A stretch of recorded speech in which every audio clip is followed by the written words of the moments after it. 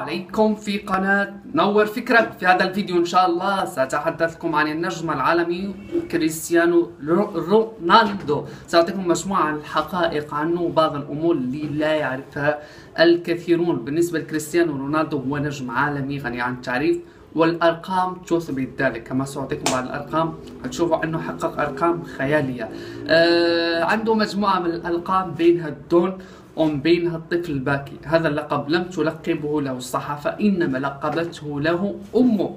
يعني أمه في تصريح لها مؤخرا قالت أنا اللي لقبته الطفل الباكي. سألوها لماذا، قالت كل ما كان يضيع فرصة أو يعني ينهزم يعني في المباراة ما يرضى ويبكي، ولقبته بالطفل الباكي. ولو تلاحظوا بداية مسيرته كان يبكي بشكل كبير، مؤخرا يعني تغير الوضع. على العموم سأعطيكم مجموعة من المعلومات عنه. نبتدئ على برضو من مواليد 5 فبراير 1985، يعني مؤخرا احتفل يعني ب30 سنة، يعني عمره 30. طول كريستيانو رونالدو 1.85 m، أما الوزن 80 كيلوغرام. وهذه المعلومات أكيدة جدا جدا جدا لأن مصدرها هو موقع نادي ريال مدريد. أول نادي احترف فيه النجم البرتغالي كريستيانو هو يعني نادي اللي في دولته البرتغال اللي هو نادي لشبونة، سبورتيك لشبونة. من بعدها انتقل للدوري الإنجليزي، ومن بعدها انتقل للدوري الإسباني اللي فيه الآن وحقق له شعبية كبيرة. أول لقاء دولي يعني شارك فيه النجم كريستيانو رونالدو كان سنة 2003 بالضبط، شهر 8 أغسطس، يعني 20 أغسطس.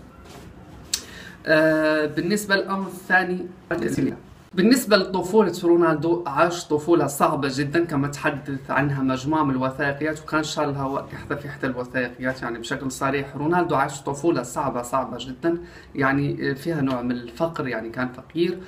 كانت أمه تشتغل طباخة وكان أبوه بستاني في البلدية. وهذه يعني جميع يعني قصة رونالدو الأصلية الحقيقية، والوثائقية شاركت هذا الأمر. لهذا عاش طفولة صعبة جدا. وحتى قال في أحد الوثائقيات أنه لم يكن يلعب مع الأطفال حتى لا يحس يعني حتى لا يحس بأنه أدنى منهم في مستواه. وبالإضافة إلى ذلك كان كم مرة يحلم يحصل على حذاء رياضي ولم يتوفر له في ذلك الوقت. مهمة جدا بالنسبة رونالدو. يتبرع سنويا مرة بدمه، سنويا يتبرع مرتين بدمه. هذه معلومة أكيدة من المقربين منه يعني في منشرة الجرائد. بالنسبة لرونالدو، أعلى موظف يعني دخلا في إسبانيا بأكملها، وأعلى أجر في العالم، لأنه كل أسبوع يجني أكثر من 400,000 دولار، وإن أحصيناها فهو يتجاوز يعني أسبوع قد يتجاوز يعني راتب أوباما سنويا. رونالدو لا يشرب ولا يدخن. قصته مع الشراب أن أبوه قد توفي مؤخرا، يعني وتوفي في 2005 بسبب إدمانه على الكحول. ورونالدو لا يشرب نهائيا. بالإضافة إلى ذلك معلومة أكيدة، رونالدو لن تجد يعني على جسمه وشم، يعني لا يشرب ولا يدخن ولم يضع وشم على جسمه. وحتى مؤخرا يعني لن ترى أي وشم على جسمه. رونالدو يعني هو رائد الأعمال الخيرية. كان مؤخرا تبرع ب100,000 دولار لمدارس في غزة، يعني هو معروف بالتبرع.